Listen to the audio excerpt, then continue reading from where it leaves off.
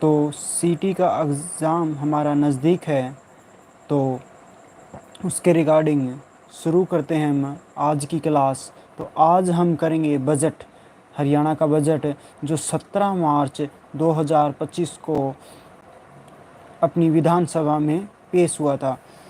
और उसके अंदर टोटल कितना व्यय किया गया था, तो एक डिजिट से याद रखेंगे हम 20, 50, 17 करोड़, मोटा मोटा 20, 50, 17 करोड़। नेक्स्ट, लाडो लक्ष्मी के लिए उसके अंदर कितने करोड़ रुपए का प्रावधान है? 5,000 करोड़, जो सीएम जी ने योजना चलाई थी 2100 रुपये हर महिला को देने के लिए। तो उसके अंदर अब 2100 रुपये ये स्कीम स्टार्ट होने वाली है अभी। तो इसके अंदर 5,000 करोड़ रुपए दिए जाएंगे। अगर बात करें हम एआई मिशन की, तो ये गुड़गांव और पंचकुला के अंदर होगा। और बात करें हम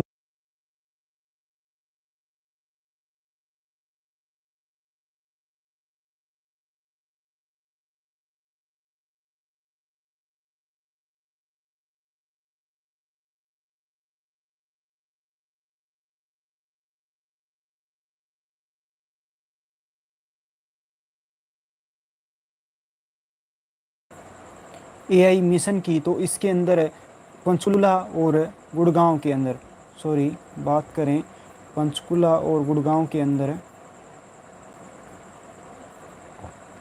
ये सॉरी माफ़ी चाहेंगे इसके लिए। पंचकुला और गुड़गांव के अंदर एआई मिशन स्टार्ट किया जाएगा। और बात करें एआई मिशन के ज़रिए 50,000 युवाओं को सक्षम किया जाएगा। और इसके अंदर एआई मिशन के तहत 50 लाख रोज़गार दिए 50 लाख लोगों को रोज़गार दिया जाएगा। बात करें हम स्टेट जीडीपी की, जिसको बढ़ाकर 1 ट्रिलियन अमेरिकन डॉलर करने की बात अपने बजट में कही गई है। कब तक? 2047 तक 1 ट्रिलियन अमेरिकन डॉलर अपनी एसजीडीपी हो जाएगी, तो यानी स्टेट जीडीपी। बात करें देसी गायें को पालने के लिए घर घर, उसकी जागरूकता फैलाने के लिए कितना अच्छा दूध होता है गाय का। और देसी गाय को बचाने के लिए पहले 25,000 रुपये सब्सिडी दी जाती थी, अब वो बढ़ाकर कितनी कर दी गई है? 30,000 कर दी गई है, यानी 5,000 रुपये बढ़ाई गई है। ऑर्गेनिक खेती के लिए ऑर्गेनिक खेती का जो एरिया था 25,000 हेक्टेयर था, 25,000 हेक्टेयर था, अब उसको बढ़ाकर 1 लाख हेक्टेयर, सॉरी एकड़ के अंदर, हाँ एकड़ के अंदर ये ज़मीन ली गई है। 25,000 थी पहले, अब 1 लाख एकड़ करने का प्रावधान अपने बजट के अंदर किया गया है। बात करें धान ना उगाने पर, पहले 7,000 रुपये मिलते थे, अब कितने मिलेंगे? 8,000 रुपये। बात करें सीधी बुआई जो धान की जाती है, पहले उन पर 4,000 रुपये मिलते थे, अब कितने मिलेंगे? 5,000 रुपये। बात करें पराली ना जलाने पर, पहले 1,000 रुपये सरकार द्वारा दिए जाते थे, जो ये प्रोत्साहन राशि थी, अब उसको 1,200 रुपये कर दिया गया है। बात करें हम खेल ओलंपिक के अंदर, कोई भी अगर मेडल लेके आता है खिलाड़ी, तो उसको 10 लाख रुपए सरकार के द्वारा लोन दिया जाएगा। कोई भी वर्क यानी काम करने के लिए, कोई भी अपना स्टार्टअप स्टार्ट करने के लिए। बात करें हम, अगर वो खिलाड़ी खुद की एकेडमी खोलना चाहे बच्चों को खिलाने के लिए, तो उसके लिए 5 करोड़ रुपए का ब्याज भी दिया जाएगा, वो भी 2% कम ब्याज दर पर। जैसे सरकार द्वारा 5 करोड़ का लोन खिलाड़ी को दिया जाएगा, 5 करोड़ का लोन सरकार हरियाणा सरकार द्वारा दिया जाएगा। और अगर कोई बैंक 10% इंटरेस्ट रेट देता है, लेकिन हरियाणा सरकार की स्कीम द्वारा उसको 8% पर वो ब्याज मिलेगा। कितना? 5 करोड़ रुपए का एकेडमी के लिए। और बात करें हम उनके इंश्योरेंस की तो 20 लाख रुपए तक का इंश्योरेंस भी उनको इंश्योरेंस के अंदर भी उनको कवर किया जाएगा अगर वो खिलाड़ी कोई नेशनल या इंटरनेशनल गेम खेलता है तो।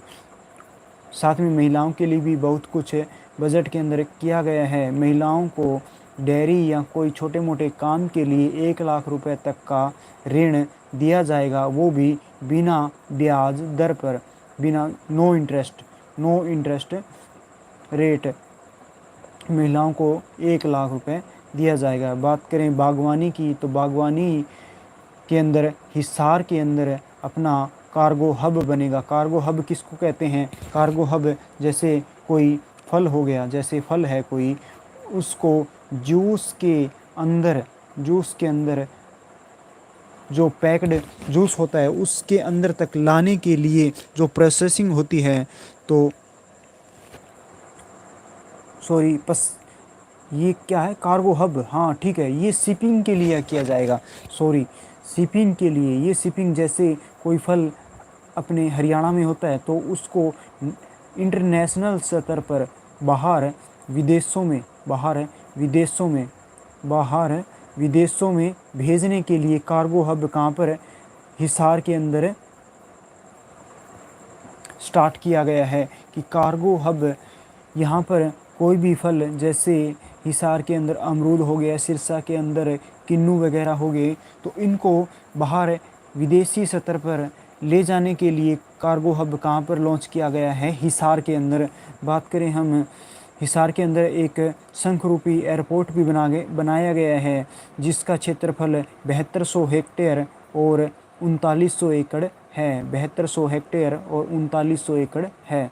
बात करें हम ये कब तक पूरा हो जाएगा? 2030 तक। और अब कौन सा फेज़ इनका चल रहा है? तीसरा फेज़।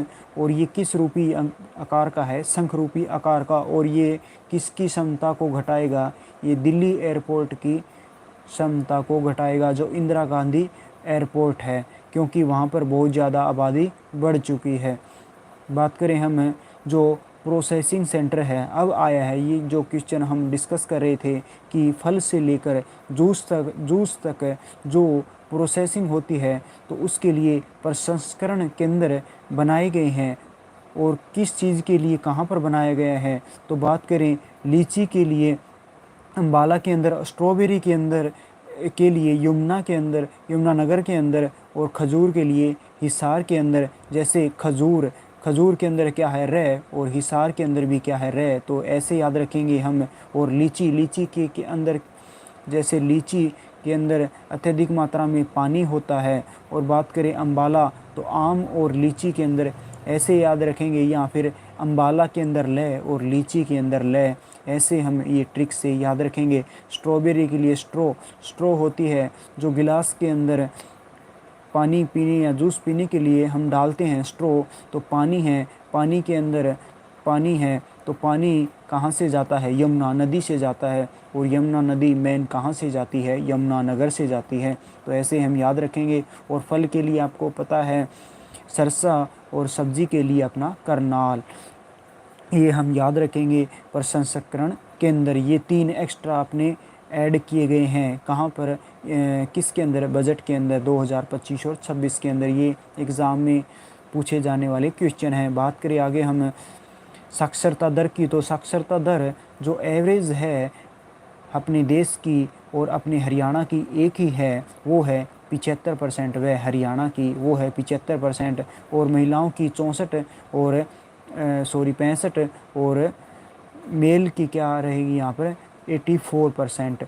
तो बात करें हम तो उनके लिए क्या किया गया है? जो बैचलर ऑफ साइंस और या मास्टर ऑफ साइंस महिलाएं करेगी तो उनके लिए 1 लाख रुपए, रुको एक बार, 1 लाख रुपए छात्रवृत्ति योजना स्टार्ट की गई है, जिसको कल्पना चावला छात्रवृत्ति योजना भी कहते हैं।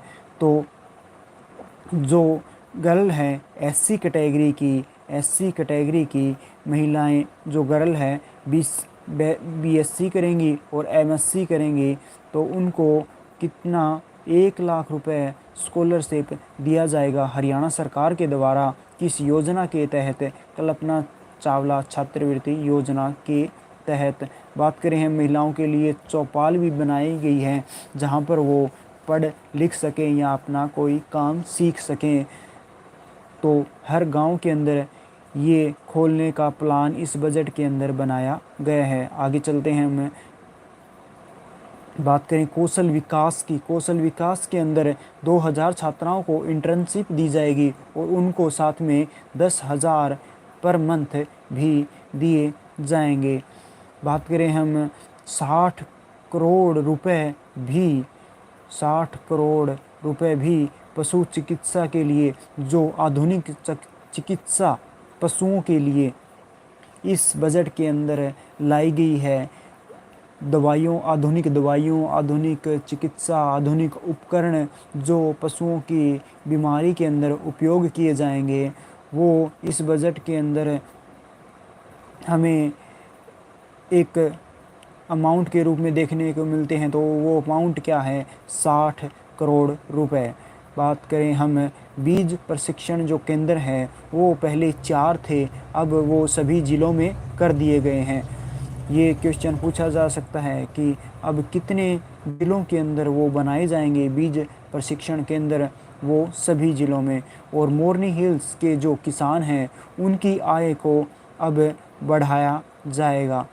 इस बजट के अंदर साफ साफ कहा गया है कि उनकी जो आय है वो बढ़ाने के लिए ये सरकार बहुत तत्पर है। तो बात करें हम प्राकृतिक खेती जो होती थी, वो कम से कम 2 एकड़ के अंदर पहले होनी चाहिए थी, तभी उनको सरकारी योजनाओं का लाभ दिया जाता था। लेकिन अब उसकी जो क्वांटिटी है वो 1 एकड़ तक कर दी गई है। अब 1 एकड़ वाले किसान भी इस योजना का लाभ उठा सकते हैं। अगर वो 1 एकड़ के अंदर प्राकृतिक खेती करते हैं तो उन्हें सब्सिडी वगैरह या जो भी प्रोत्साहन राशि है दी जाती है सरकार के द्वारा, हरियाणा सरकार के द्वारा वो दी जाएगी। बात करें हम फरीदाबाद, रेवाड़ी और कैथल के अंदर बागवानी मिशन ये स्टार्ट किया जाएगा और यहाँ पर बागवानी से रिलेटेड बहुत से स्टार्टअप लॉन्च किए जाएंगे। यहाँ पर बागवानी को विशेष ध्यान रखते हुए बहुत सी योजनाएं आगे आगे देखने को हमें मिलेंगी। बात करें हम जापान की, जो सहायता हमें हरियाणा सरकार को मिली है वो कितनी है? 2738 करोड़ रुपए जापान सरकार के द्वारा बागवानी के अंदर हमारी बढ़ोतरी करने के लिए एक हेल्प के रूप में दिए गए हैं।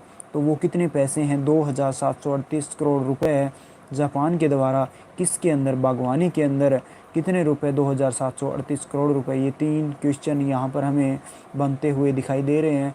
नेक्स्ट क्वेश्चन की बात करें हम, हरियाणा, दक्षिण हरियाणा है वो सरसों के तेल की मिल के लिए आगे प्रख्यात होगा। इस बजट के अंदर ये घोषणा की गई है। अब हमें अन्य स्टेट के ऊपर निर्भर नहीं रहना पड़ेगा। ये हरियाणा सरकार के इस बजट के द्वारा घोषणा की गई है कि दक्षिण हरियाणा सरसों के तेल की मिल बनने जा रहा है।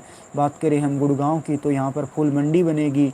और बात करें हम गो अभ्यारण्य, वो हर ज़िले के अंदर बनाए जाएंगे। और बात करें हम पशु बीमा, पशु बीमा क्या होता था? पहले सिर्फ ज़्यादा से ज़्यादा 5 पशुओं पर ही बीमा एक किसान के द्वारा लिया जा सकता था, लेकिन अब उसकी संख्या बढ़ाकर 10 पशु पर किसान कर दिया गया है। तो ये बहुत बड़ी योजना है। बात करें हम जो गौशाला की, गौशाला पहले क्या था? 1000 गौशाला पहले क्या होता था? कुछ सरकार के द्वारा इनकी तरफ कम ध्यान दिया गया। इनको कोई व्हीकल, जो कोई एक्सीडेंट हो जाता था किसी पशु का या गाय का, तो उसके लिए कोई व्हीकल पर प्रोवाइड नहीं करवाया गया था। अब क्या होगा? 1000 कम से कम गायों वाले, अगर गाय या पशु किसी गौशाला के अंदर है तो वो सरकार के द्वारा 2 ई रिक्शा प्राप्त कर सकता है। उनको 2 ई रिक्शा सरकार के द्वारा दी जाएगी। बात करें हम सिरसा और भिवानी की, तो यहाँ पर एक्वा पार्क की घोषणा की गई है। गन्ना हार्वेस्टर सब्सिडी, पहले क्या होता था, सिर्फ जो गेहूं की हार्वेस्टिंग के साधन थे उन पर ही सरकार द्वारा सब्सिडी दी जाती थी, लेकिन अब क्या होगा कि गन्ना जो हार्वेस्टर करेंगे उस पर जो हार्वेस्टिंग मशीन होगी उन पर भी सब्सिडी दी जाएगी। आगे हम बात करते हैं 2025-26 के अंदर, इस बजट के अंदर 350 बूथ वीटा जो बूथ है उनको स्थापित करने की बात की गई है, और साथ में 750 हर हित के अंदर क्या होंगे, जैसे एक किराना स्टोर होती है वैसे ही गांव-गांव के अंदर ये सरकारी दुकानें खोली जाएंगी, जिससे जो हर हित स्टोर चलाता है उनको भी कुछ फ़ायदा होगा। जैसे कोई चीज़ यहाँ पर हमें इससे काला बाज़ारी कम होगी।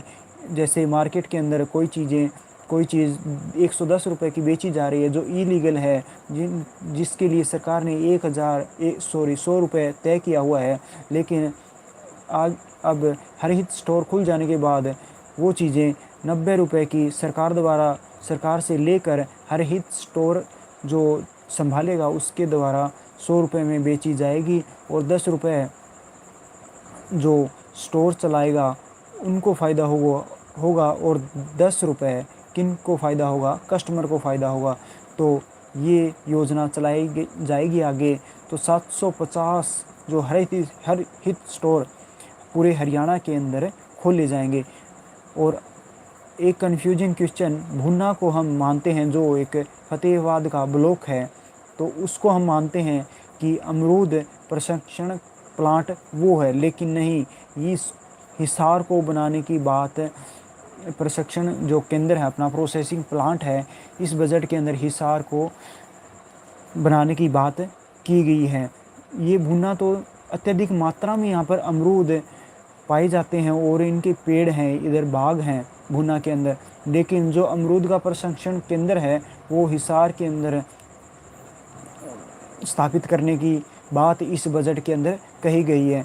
तो ये हाफ पार्ट था अपने इस बजट का। तो आगे भी हम नेक्स्ट पार्ट में इस बजट का और अधिक विवरण करेंगे। तो ये थोड़ा लंबा हो जाएगा वीडियो, तो हमें इसे शॉर्ट में करते हुए फास्ट वे में इनको एक जल्द ही कंप्लीट होने वाली एक वीडियो में कंप्लीट करेंगे। तब तक के लिए आप इनको रिवाइज़ करें और कैसी लगी वीडियो कमेंट में ज़रूर बताएं। तब तक के लिए जय हिंद, जय भारत।